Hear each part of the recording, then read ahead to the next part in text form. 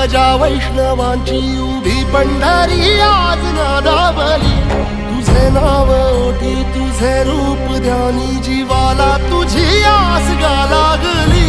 जरी बाप साऱ्या जगाचा परी तू आम्हाले कराची विठू माऊली।